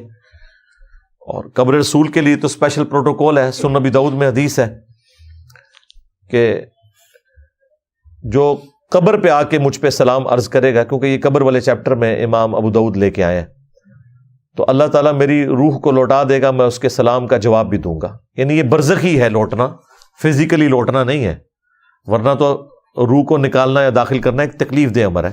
یعنی اللہ تعالیٰ اسپیشل پروٹوکول اسے دے گا۔ باقی لوگوں کے لیے تو پروٹوکول سنن نسائی میں یہ ہے کہ دنیا میں کچھ فرشتے سیاحت کرتے ہیں اور میرے امتیوں کا سلام مجھ تک پہنچاتے ہیں۔ بخاری مسلم میں حدیث ہے کہ جب تم پڑھو گے السلام علیکہ ایہا النبی ورحمۃ اللہ وبرکاتہ، السلام علینا وعلی عباد اللہ الصالحین، تو زمین و آسمان میں ہر نیک بندے تک اللہ تعالیٰ تمہارا سلام پہنچا دے گا۔ وہ اللہ تعالیٰ کی طرف سے پہنچ رہا ہے۔ لیکن قبر رسول پہ جو عرض کرتا ہے وہ اسپیشل پروٹوکول ہے کہ اسی وقت نبی علیہ السلام کی طرف سے سلام کا جواب ملتا ہے۔ لیکن یہ کہنا کہ نبی علیہ السلام سنتے ہیں، وہ روایت موجود ہے، لیکن اس کے ساتھ خود امام بیہقی نے لکھ دیا ہے کہ اس میں محمد بن مروان السدی کذاب راوی ہے، جس نے یہ روایت نقل کی ہے کہ جو قبر پہ عرض کرے گا میں خود سنوں گا۔ اور ایک روایت کے اندر آمش کی تدلیس ہے، اور یہ وہ روایت ہے جس کو بریلوی خود ضعیف کہتے ہیں، کیونکہ دیوبندیوں نے کہا نا کہ قبر رسول پہ نبی علیہ السلام سلام سنتے ہیں، یہاں سے نہیں سنتے، تو بریلویوں نے کہا کہ وہ تو روایت ہی ضعیف ہے کہ قبر رسول پہ سنتے ہیں، یہاں سے بھی سنتے ہیں، اس کی کون سی روایت ہے؟ وہ کوئی نہیں موجود۔ تو دیوبندیوں کو چپ کروانے کے لیے اس روایت کو خود انہوں نے ضعیف مانا۔ یہاں والی روایت موجود ہے نا جی بخاری مسلم میں کہ اللہ تعالیٰ تمہارا سلام پہنچا دے گا۔ السلام علیکہ ایھا النبی، ہم نماز میں نہیں پڑھتے السلام علیکہ یا رسول اللہ، ہے نا یہ السلام علیکہ ایھا النبی، اور یہ ہم انشائیہ پڑھتے ہیں حکایتاً نہیں پڑھتے، انشائیہ پڑھتے ہیں، اللہ تعالیٰ سلام ہمارا پہنچاتا ہے، ہمیں اس درود سے کوئی چڑ نہیں، نعوذ باللہ، بدبختی ہے، لیکن اذان کے ساتھ جو آپ نے ایڈ کر دیا ہے یہ آپ نے بدعت کی ہے۔ ویسے آپ پڑھیں، اذان کے بعد پڑھیں، اسپیکر بند کر کے جتنا مرضی پڑھیں، وہ تو مسلم شریف میں حدیث ہے، جو اذان کا جواب دے اس کے بعد درود شریف پڑھے اور الوسیلہ والی دعا مانگے، اور وہ دعا بخاری کے اندر آئی ہے، تو میری شفاعت ایسے شخص کے لیے حلال ہو جائے گی۔ تو وہ آپ ضرور درود شریف پڑھیں، جو ان سے مرضی درود شریف پڑھیں جو بھی احادیث کے اندر آیا ہے۔ باقی قبر رسول صلی اللہ علیہ وآلہ وسلم کا اسپیشل یہ پروٹوکول ہے۔ ایک اور حدیث ہے ابو داؤد کے اندر کہ میری قبر پہ میلہ نہ لگا لینا، تم دنیا کے کسی بھی حصے میں درود پڑھو گے نا، اللہ تمہارا درود مجھ تک پہنچا دے گا، اللہم صلی علی محمد وعلی آل محمد، یعنی درود کے لیے بھی میلہ نہیں لگانا قبر کے اوپر۔ تو قبر رسول صلی اللہ علیہ وآلہ وسلم کا پروٹوکول ہے۔ یہ سعودی حکومت سے پہلے سلطنت عثمانیہ کے دور میں باقاعدہ یہ محفلیں نعتیں ہوتی تھیں وہاں پہ روضہ شریف کے سامنے۔ ابھی بھی یہ بعض اوقات کبھی جوش میں آتے ہیں تو اونچی اونچی آواز میں صلاۃ والسلام پڑھنا شروع کر دیتے ہیں، یہ بھی قبر رسول کی توہین ہے، ذہن میں رکھیے گا۔ وہاں پہ آپ اپنی آواز کو آج بھی بلند نہیں کر سکتے۔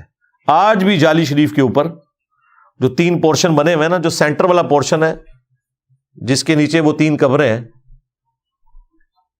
بیک سائڈ کے اوپر گنبد خضرا کے نیچے، وہاں پہ وہی آیت لکھی ہوئی ہے، لا ترفعوا اصواتکم فوق صوت النبی یا ایھا الذین آمنوا لا ترفعوا اصواتکم فوق صوت النبی، اے ایمان والو اپنی آواز کو نبی الاسلام کی آواز سے بلند نہ کرو ورنہ تمہارے اعمال برباد کر دیے جائیں گے اور تمہیں خبر بھی نہیں ہوگی۔ اور جو باب السلام والی سائڈ سے پہلا پورشن جو جالیوں کا آتا ہے اس پہ لکھی ہوئی ہے وہ آیت، ان الذین یغضون اصواتهم عند رسول اللہ، بے شک وہ لوگ جو اپنی آوازوں کو رسول اللہ کے حضور پست رکھتے ہیں، اللہ نے ان کے دلوں کو تقوی کے لیے چن لیا۔ اور جو باب جبریل سائڈ کے اوپر، یعنی وہ درمیان والا پورشن کراس کر کے اینڈ پہ جو تیسری جالی ہے اس کے اوپر وہ آیت لکھی ہوئی ہے، ما کان محمد ابا احد من رجالکم ولکن رسول اللہ وخاتم النبیین، ختم نبوت والی آیت۔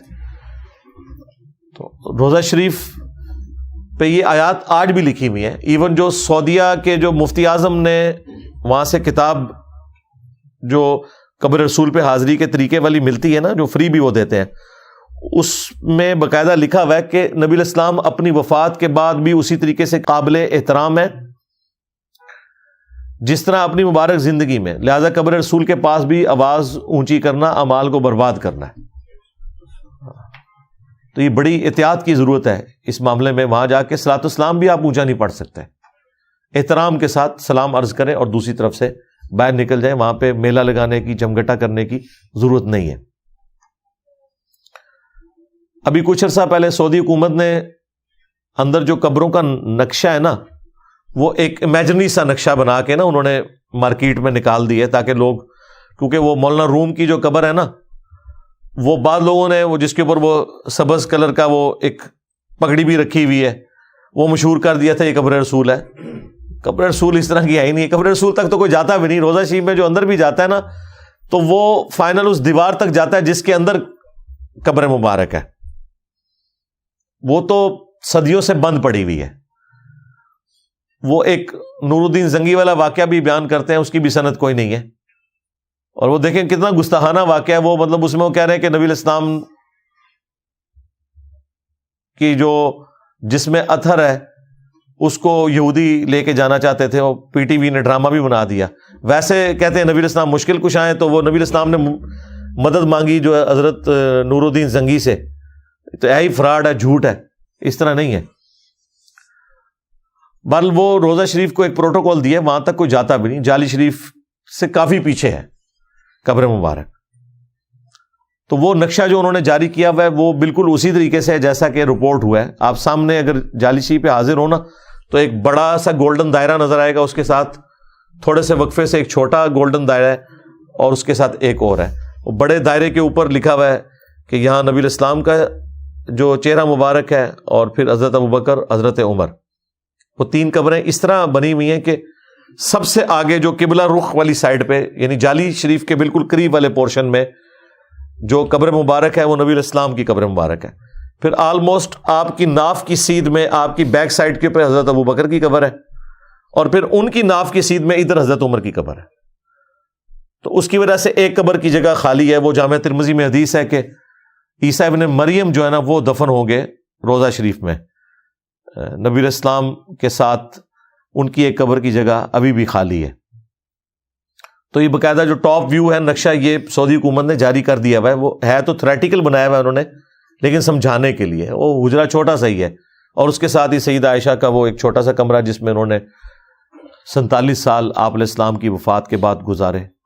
تو یہ دونوں کمروں کا نقشہ انہوں نے ٹاپ ویو سے لے کے جو بنتا تھا آپٹیمل، وہ اس کی پبلک میں تصویر عام کر دی ہوئی ہے. وہ ہم انشاءاللہ اس ویڈیو میں اٹیچ بھی کر دیں گے، آپ لوگ دیکھ لیں گے کہ وہ کیا لوکیشن ہے قبروں کی. بال روضہ شریف کے اوپر حاضری دیتے وقت فل پروٹوکول، ادب اور احترام کو ملحوظ خاطر رکھنا یہ ہر مسلمان کے اوپر واجب ہے. وہاں پہ اونچی آواز میں نعتیں پڑھنا، پچھلے دنوں بھی ایک کوئی ویڈیو آئی تھی جو بڑا کارنامہ بتا رہے تھے جی ادھر انہوں نے یہ کر دیا. ٹھیک ہے، عجیب و غریب قسم کے جذباتی مسلمان ہیں، اور پتہ نہیں وہ کیا سمجھتے ہیں کہ وہاں نعرہ مار لینے سے کوئی ہم بڑے عاشق رسول ثابت ہو جائیں گے. بھئی گستاخ ہی ہو گئے اپنی آواز کو اونچا کرنے سے، وہاں سیدھی سی بات ہے.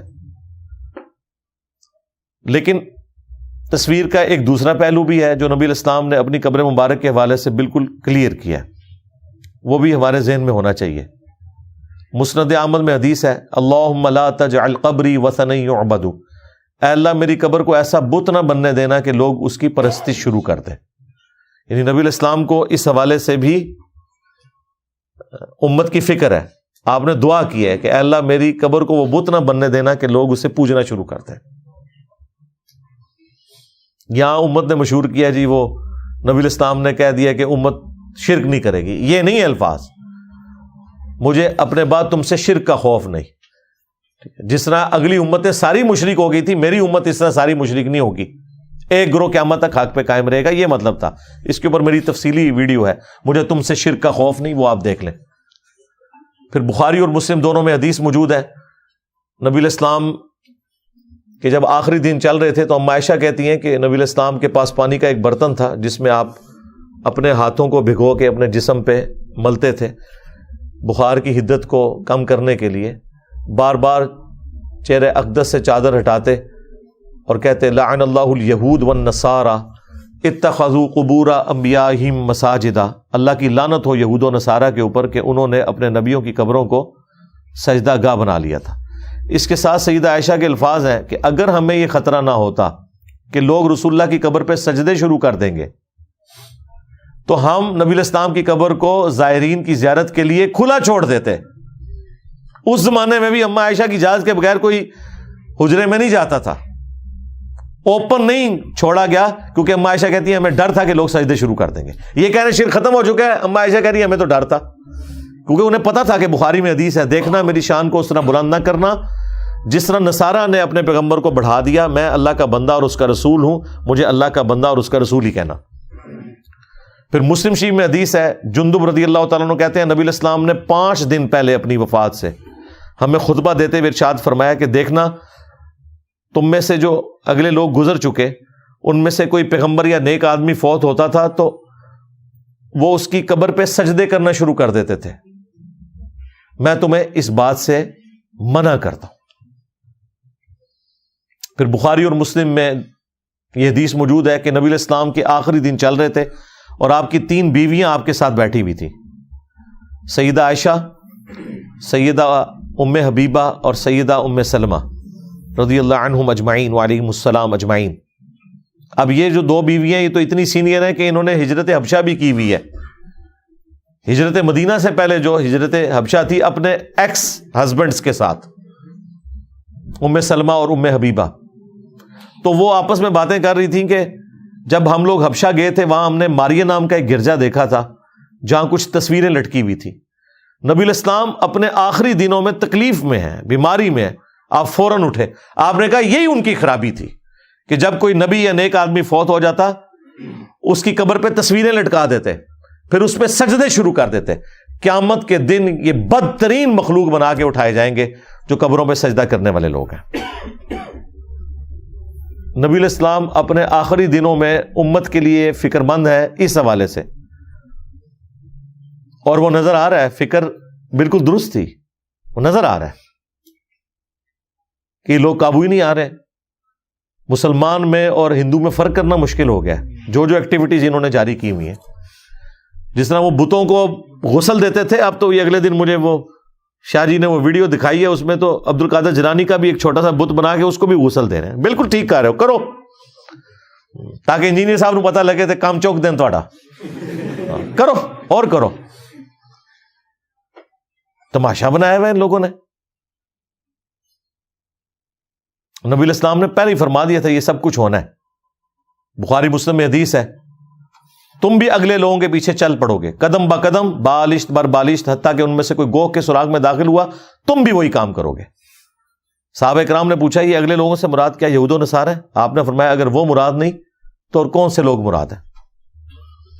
اب یہ حدیث ان کے گلے کا کانٹا ہے، کیونکہ یہود و نصارہ کی ساری خرابیاں اس امت کے اندر آئی ہوئی ہیں، تو اس سے جان چھڑانے کے لیے پتہ انہوں نے کیا لیم ایکسکیوز نکالا، انہوں نے کہا نہیں یہاں مراد جو ہے فیشن ہے۔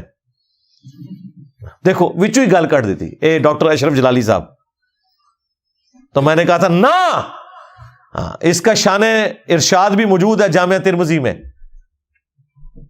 یہ کس موقع پہ آپ نے فرمایا تھا؟ یہ تو آپ نے فرمائی عقیدوں کے اوپر تھا۔ غزوہ حنین کے موقع پر جو مشرکین عرب کے خلاف آخری جنگ تھی، فتح مکہ کے بعد ہوئی 3-4 مہینے بعد، اس میں جب صحابہ کرام جا رہے تھے تو راستے میں انہوں نے ایک درخت دیکھا جسے ذات انواد کہا جاتا تھا۔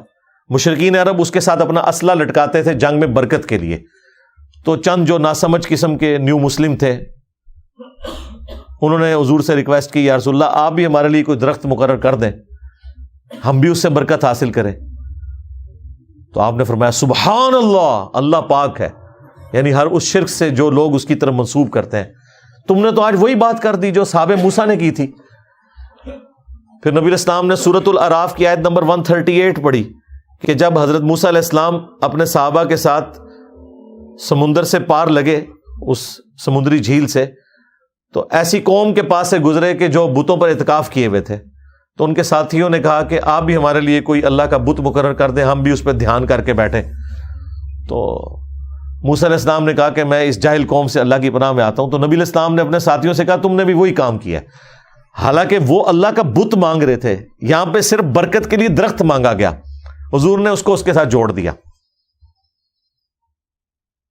یہاں لوگ یہی فیصلہ نہیں کر رہے کہ یہ آیات بتوں کے بارے میں ہے، یہ فلاں کے بارے میں ہے، بھی شرک شرک ہے، چاہے جو مرضی کریں۔ بتوں والی آیات کو چھوڑیں، جو عیسیٰ ابن مریم کے بارے میں قرآن میں آیات آئی ہیں وہ تو بت نہیں تھے نا۔ تو آپ لوگ تو وہ عقیدے اپنے بزرگوں کے بارے میں مانے ہوئے۔ اللہ تعالیٰ کہہ رہا ہے عیسیٰ اور اس کی ماں روٹی کھانے کے محتاج تھے، وہ نہ تمہارے نفع کے مالک تھے نہ نقصان کے۔ تو اگر عیسیٰ ابن مریم کسی کے نفع نقصان کے مالک نہیں اور روٹی کھانے کے محتاج ہیں تو باب دشاہی کوئی نہیں۔ اب کیا بہانہ کرو گے؟ اور اس آیت میں اللہ نے من دون اللہ بھی کہا عیسیٰ اور ان کی والدہ کو، اور کہا نفع نقصان کے مالک بھی نہیں ہے، کہانی ختم ہوگی۔ یہ بتوں والی آیت تو نہیں ہے۔ تو اس موقع پہ نبی علیہ السلام نے جب یہ دیکھا تو آپ نے فرمایا تم بھی اگلے لوگوں کے پیچھے چل پڑو گے، قدم با قدم، بالشت بر بالشت، حتیٰ کہ کوئی گوہ کے سراغ میں داخل ہوا تم بھی وہی کام کرو گے۔ یعنی صحابہ کرام نے وہ جو درخت مانگا تھا نا برکت کے لیے، نبی علیہ السلام نے اسے کہا کہ یہ بالکل وہی کام تم نے کیا جو صحابہ موسیٰ نے اللہ کا بت مانگا تھا۔ اندازہ کریں نبی علیہ السلام کی سینسٹیوٹی کا لیول دیکھیں۔ یہاں قوم نے کہا ٹھیک ہے جی جو مرضی کرتے رہو۔